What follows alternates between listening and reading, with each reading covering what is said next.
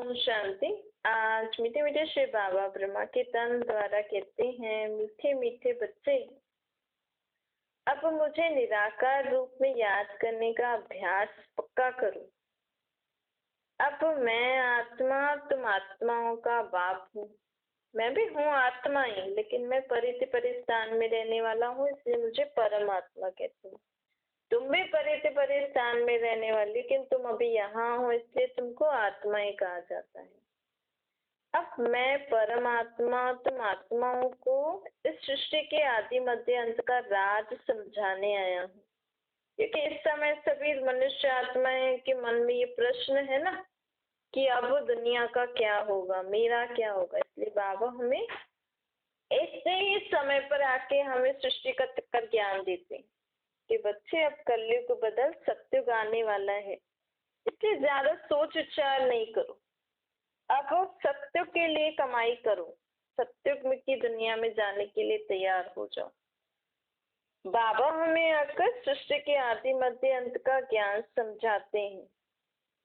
बाबा कहते हैं, जैसे मैंने तुम्हें समझाया, तुम बेफिक्र हो गए ना।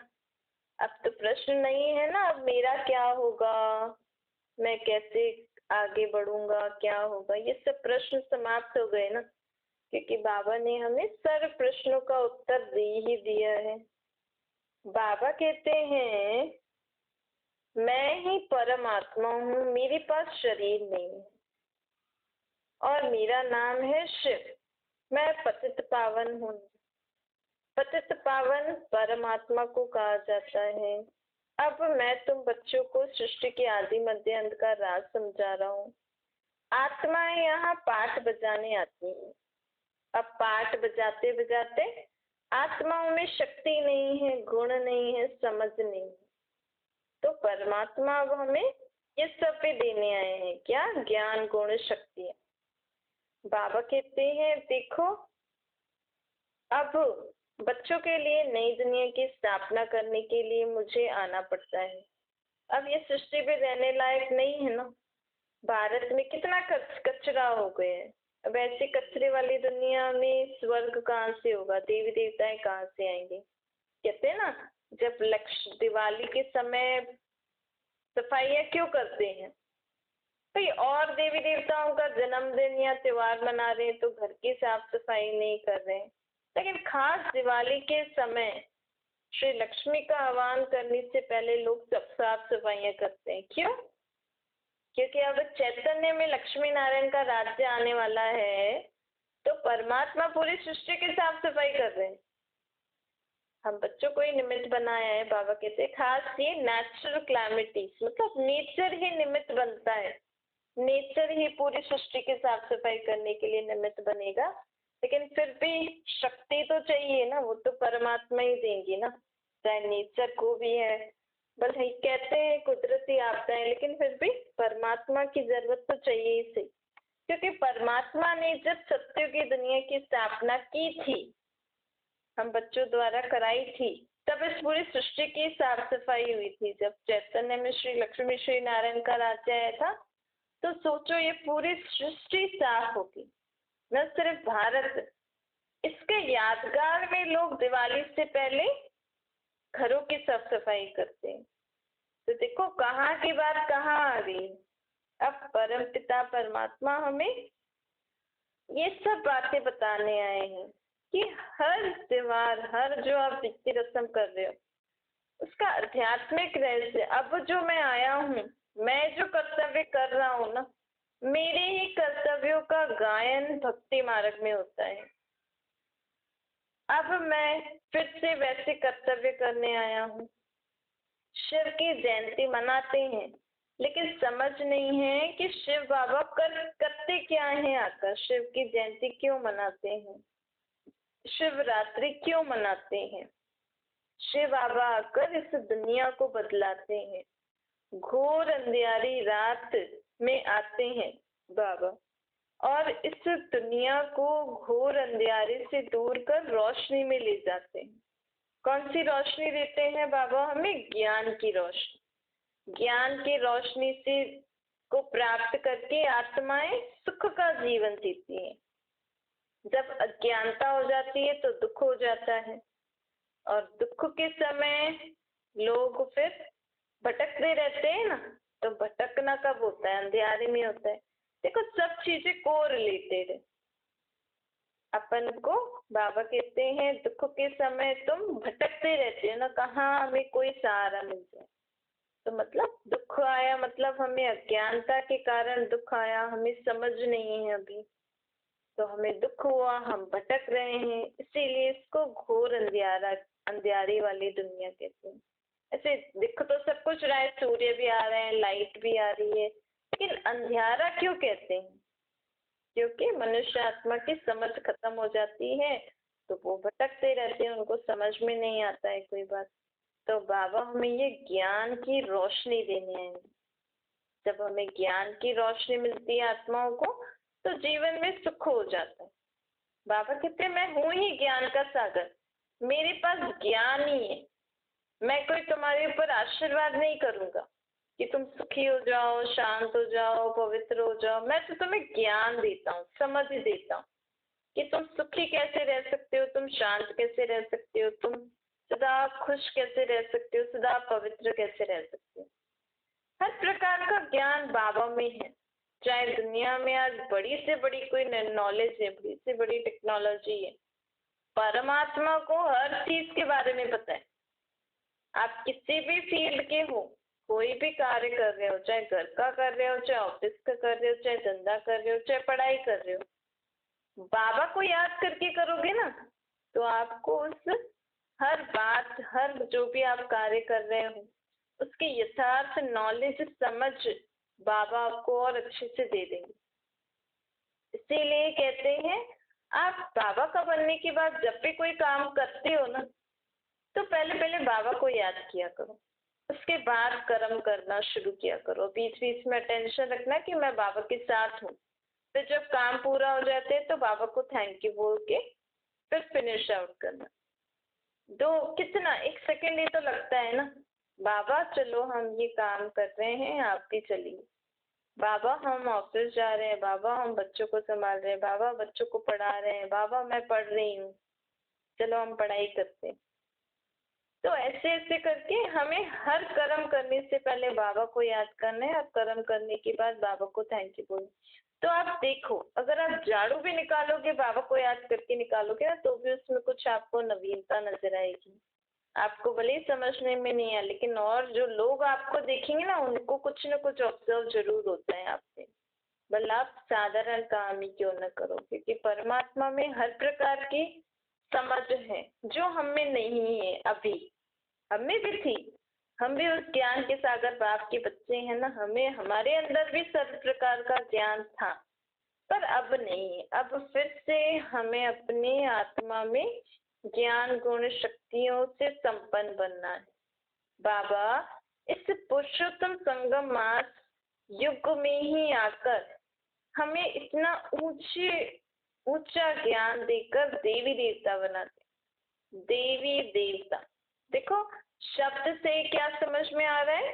देने वाले।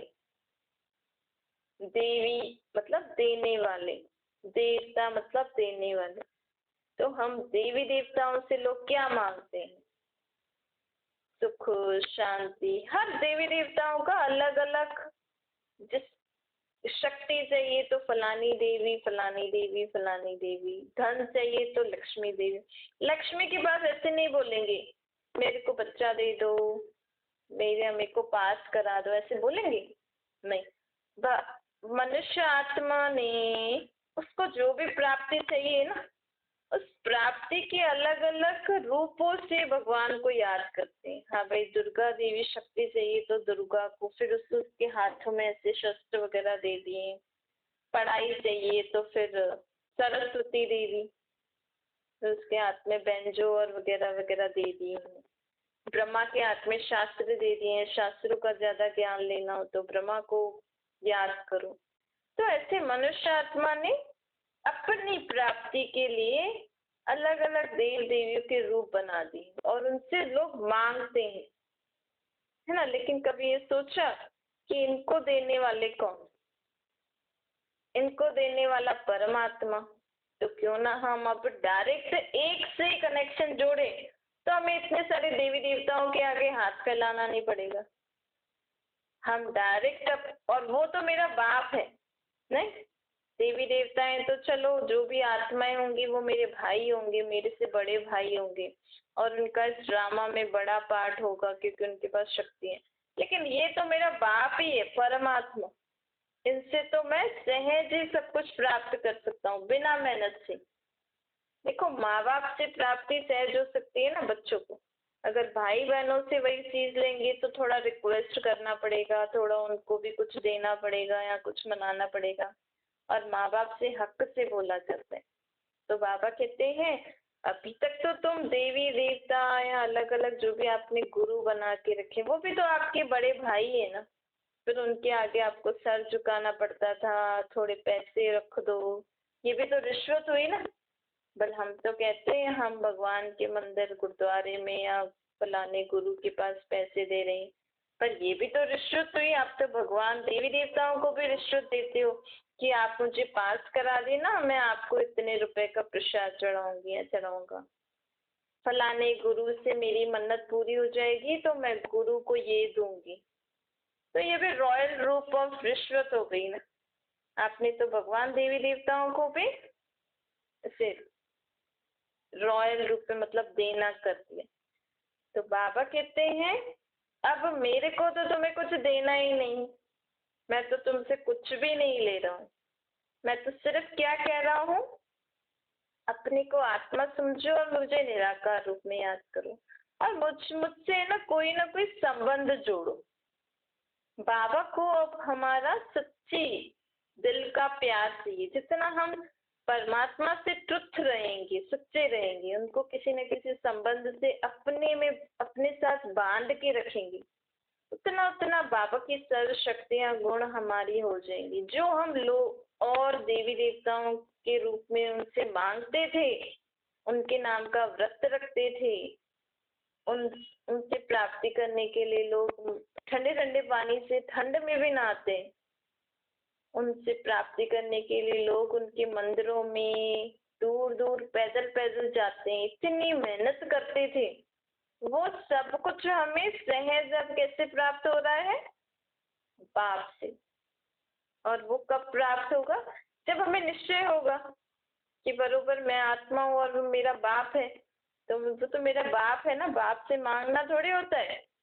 बाबा को तो सिर्फ याद करना होता। बाबा कहते हैं आप मुझे याद करोगे ना तो तुम मेरे बच्चे हो, तो मुझे समझ में आ जाएगा ना मेरे बच्चे को क्या क्या चाहिए, क्या क्या उसमें अप्राप्ति है, क्या क्या कमियां हैं। तो मैं आपे ही आपकी कमियां पूरी करता रहूंगा, आपे ही आपको गुणों शक्तियों ज्ञान से श्रृंगारता रहूंगा।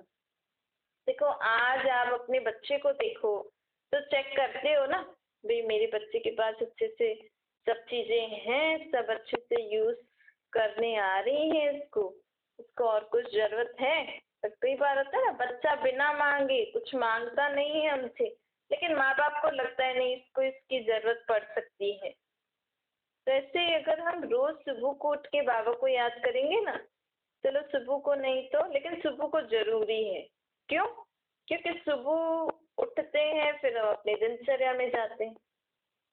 तो क्या होता है, अगर हम सुबह सुबह को उठ के बाबा को याद करेंगे ना तो बाबा हमसे मिलन मनाएंगे। तो बाबा तो ऐसे तो बाबा जानते हैं ना बच्चों के भाग्य में आगे सारा दिन क्या क्या होने वाला है।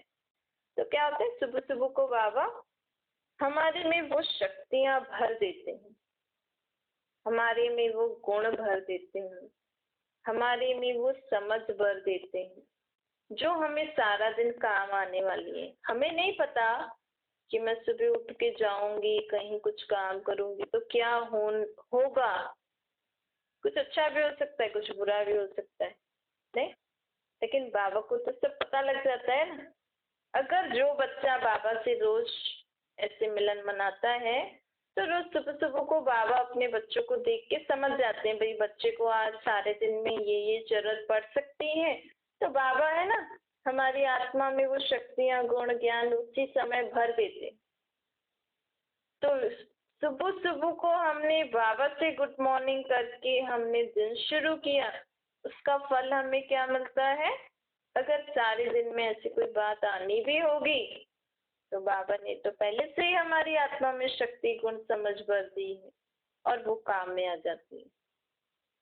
इसीलिए सुबह सुबह को उठ के बाबा को गुड मॉर्निंग कह के बाबा से मिलन मना के ही अपने काम में लगना, क्योंकि हमारी आत्मा में हमारे पिछले जन्मों के हिसाब किताब भी लिखे हुए हैं, है ना। हमें थोड़ी पता है हमने किस जन्म में किसके साथ क्या बुरा किया, और वो आज मेरा हिसाब किताब चुकतू करने के लिए वो परिस्थिति आने वाली है, मुझे नहीं पता था जैसे। लेकिन बाबा को तो समझ में आ जाता है ना, तो बाबा फिर उसी रीति बच्चों की पालना करते हैं।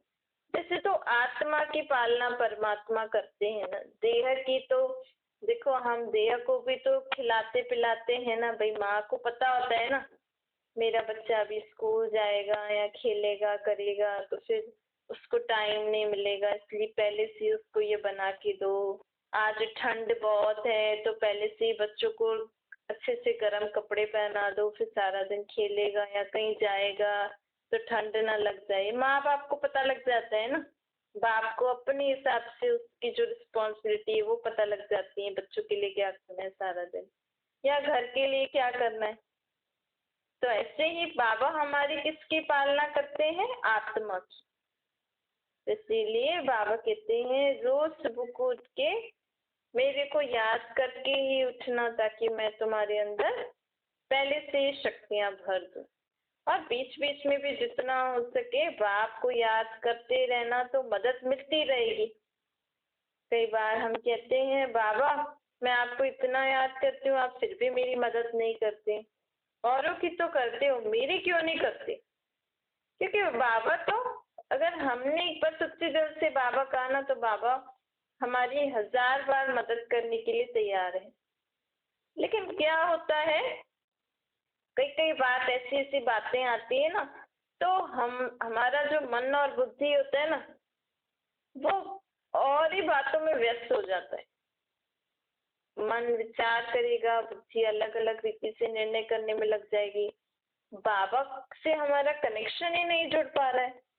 बाबा को हम याद तो कर रहे हैं, बाबा भी हमें रिप्लाई करने की कोशिश कर रहे हैं, लेकिन हमारी लाइन क्लियर नहीं है, एंगेज जा रहा है। उधर से वो भी आपको फोन कर रहे हैं, आप भी फोन कर रहे हो, लेकिन एंगेज जा रहा है दोनों ही। अगर आप भी मिलाओगे वो भी मिलाएंगी तो मिल नहीं पा रहा है ना सिग्नल। और कई बार ऐसे होता है सामने वाला तो हमें मिला रहा है, लेकिन हम और को मिला रहे हैं। अब सामने वाले को हमने पहले से ड्यूटी दे दी, आपको ये करना है, वो तो अपने टाइम पे हमें कॉल कर रहे हैं भाई कॉल उठाएं कॉल उठाएं, और हम अपनी ही उस बात में और से कनेक्शन जोड़ के उसके बारे में डिस्कस कर रहे हैं। अरे आपने फलाने को बोला था ना कि ये काम करने के लिए आपको इस समय पे हमें मदद करनी है, तो फलाना तो हमें फोन कर रहा है या हमसे मिलने के लिए कोशिश कर रहा है, लेकिन हम ही एक दूसरे से और बातों में व्यस्त हैं, तो फिर फलाने का थोड़ी कसूर है। ऐसे ही हम तो बाबा को बोल देते हैं बाबा आज ये करना ये करना है, लेकिन आप सारा दिन बाबा को बीच में याद ही नहीं कर रहे हो, बाबा से आप लिंक ही नहीं जोड़ रहे हो। तो बाबा भी आपको मदद करने की कोशिश तो कर रहे हैं, लेकिन आप अपने ही बातों में या और से कनेक्शन जोड़ के आप उनकी बातें सोच रहे हो, बुद्धि को व्यस्त कर रहे हो, तो बाबा की मदद ही नहीं मिल रही है आपको। या कई बार बाबा हमको मदद देना चाहते हैं, लेकिन हमें अपने मन में इतने सारे प्रश्न करके बैठते हैं, तो बाबा ये हुआ, बाबा ऐसे कैसे। अरे बच्चे शांति से बैठ जाओ, तभी तो बाबा की शक्ति हमें मिलेगी। तो बाबा कहते हैं इसीलिए कोई भी काम शुरू करो मुझे याद करो, और बीच बीच में मुझे याद करते रहो शांति से। मन में ज्यादा प्रश्न नहीं करो, निश्चय रखो कि मेरे बाबा मेरे साथ है ना, सब ठीक हो जाएगा। ज्यादा मन में भी ज्यादा संकल्प नहीं करनी चाहिए, बुद्धि की भी लाइन क्लियर बाबा के साथ होनी चाहिए। अब जब हमारा ये अभ्यास होगा, मन स्वच्छ साफ और बुद्धि क्लीन एंड क्लियर, तभी ही बाबा जो हमें रिप्लाई करना चाह रहे हैं, जो बाबा हमें टचिंग देना चाह रहे हैं, तो हम उनकी टचिंग कैच कर सकते हैं। अच्छा, मीठे मीठे चुटकुले लगे बच्चों प्रति माता पिता बाप दादा का याद प्यार और गुड मॉर्निंग। रूहानी बाप की हम सभी रूहानी बच्चों को नमस्ते। हमारी भी रूहानी माता पिता बाप दादा को याद प्यार, गुड मॉर्निंग और नमस्ते। वरदान है लाइट बन, ज्ञान योग की शक्तियों को प्रयोग में लाने वाले प्रयोगी आत्मा बनो। ज्ञानी योगी आत्मा तो बने हो, अभी ज्ञान योग की शक्ति को प्रयोग में लाने वाले प्रयोगी आत्मा बनो। जैसे साइंस के साधनों का प्रयोग लाइट द्वारा होता है ना, ऐसे साइलेंस की शक्ति का आधार भी क्या होता है? लाइट। अविनाशी परमात्मा लाइट, बाबा भी लाइट है, मैं आत्मा भी लाइट हूँ। तो हमें अपनी स्थिति भी सदा क्या रखनी चाहिए? लाइट, हल्की। क्यों, क्या, कैसे, ऐसे वैसे के प्रश्नों में कभी भी हमारे मन में बुद्धि में भारीपन नहीं है। सब कुछ बाबा को देखकर मैं आत्मा लाइट, बाबा लाइट, और मेरी स्थिति भी सदा क्या रहती है? लाइट। ऐसे अपने को लाइट समझ के आप खाना खाओ, आप उठो, आप बैठो, आप चलो, आप कर्म करो, तो ये इससे क्या होगा? हमारे द्वारा परमात्मा की लाइट औरों को भी पहुंचेगी। इससे हमारा घर का वातावरण अच्छा होगा, हम सदा लाइट रहेंगे और आत्माओं को भी मदद मिलती है। बाबा कहते हैं देखो, जैसे रोबोट नहीं होता है, रोबोट भी तो कोई बैटरी से चलते हैं, कोई लाइट से चलते हैं। ऐसे हमारा शरीर भी जो 5 तत्वों का बना हुआ है, ये किससे चल रहा है? अंदर हमारी क्या है? लाइट है। आत्मा की लाइट हमारे शरीर को चला रही है। तो क्या होता है, एक नेगेटिव लाइट होती है, एक पॉजिटिव लाइट होती है। जैसे जैसे हमारी आत्मा अच्छी बातें सोचती है ना, तो हमारी पूरी बॉडी में भी कौन सी रेस पहुंचती है? लाइट, अच्छी अच्छी लाइट, पॉजिटिव लाइट, शक्तिशाली लाइट पहुंचती है। तो उससे हमारा शरीर भी बहुत शक्तिशाली हो जाता है। और ऐसे ही अगर मेरी आत्मा लाइट ने कुछ बुरी बात सोची, कुछ नेगेटिव बात सोची, तो हमारे पूरे शरीर में कौन सी लाइट गई? नेगेटिव लाइट, वेस्ट थॉट्स वाली लाइट। जैसे आप कमरे में अगर काला बल्ब के ऊपर काली वो जला दो, रख होती है ना पॉलिथीन, कलरफुल पॉलिथीन, अगर बल्ब में काली पॉलिथीन चढ़ा दो तो सारा काला काला ही नजर आएगा ना। और यही आप उसमें येलो प्लास्टिक चढ़ाओ या रेड या पिंक या ऐसे कलरफुल वाले चलाओ, तो आपका रूम भी ऐसे कलरफुल से हो जाएगा। ऐसे हमारा जो शरीर है ना, वो भी एक घर है। तो अगर हमारी आत्मा में अगर सदा अच्छे अच्छे थॉट्स की लाइट जलती रहेगी, तो हमारा शरीर रूपी घर भी अच्छी अच्छी रोशनी से चमकता रहेगा। हमारा शरीर भी बहुत तंदुरुस्त और शक्तिशाली, और हमारा जीवन भी बहुत अच्छा हो जाएगा। ये सब हमारे थॉट्स के हिसाब से हमारी आत्मा की लाइट उतनी ज्यादा फैलती है। फिर अगर आप बुरे थॉट सोचो तो बुरी लाइट फैलेगी आपकी बॉडी में, फिर आपकी बॉडी में अलग अलग बीमारियां या शिवरिंग या ऐसे वीकनेस से फील होगा। आप खुद भी ऑब्जर्व कर सकते हो। आप कोई अच्छा थॉट सोचते हो तो आपकी बॉडी भी अच्छे से चलती है। आप कोई ऐसे वीक या नेगेटिव थॉट्स या डिप्रेशन या ऐसे वैसे वेस्ट थॉट्स सोचते हो तो आपकी बॉडी भी काम वैसे नहीं करती, एंथुसियाज्म वाली। इसीलिए सदा मैं आत्मा लाइट, बाबा लाइट, और सदा मेरी स्थिति एकदम लाइट रहती है, हैप्पी मूड। स्लोगन है जीवन मुक्त अवस्था का अनुभव करने के लिए अर्थात जीवन मुक्त, अर्थात जीवन में रहते सदा दुख शांति परेशानियों से मुक्त। अगर आपको ऐसा जीवन जीना है तो आप उस इस जीवन के लिए आपको कभी भी कोई भी विकारों के वश होकर कोई भी संकल्प नहीं करना है और कोई भी विकारों के वश होकर कोई कर्म भी नहीं करना है। हम सोचें कि चलो मैं तो खुश रहूं, तो क्या हुआ, मैंने उसको कुछ भी बोल दिया, मैं तो खुश हूं ना, लेकिन आपने उसको बोल के दुखी किया ना। आप उस समय तो खुश हो गए, लेकिन वही संकल्प वही बात आप तक आने में भी देरी नहीं करेगी। इसीलिए मुझे अगर सदा खुश रहना है, जीवन में रहते सदा दुख अशांति परेशानियों से मुक्त रहना है, तो मुझे एक तो कभी भी किसी के प्रति भी किसी के लिए भी कोई भी बुरा विचार नहीं करना, ना तो विकल्प विकारों के वश होकर कोई संकल्प करना है, न ही कोई कर्म करना है। तभी हम सदा खुद के जीवन में सुख शांति खुशियों से रह सकते हैं। अगर आपको किसी और को बुरा भला बोल के खुशी मिल रही है ना, तो वो थोड़े समय के लिए, फिर उसके बाद आपके भी जीवन में दुख आने वाला है, क्योंकि आपने किसी को दुखी किया है। इसीलिए मैं किसी को दुखी करूं ही क्यों जो मेरे जीवन में फिर से दुख आए। वो भी खुश, मैं भी खुश। अच्छा।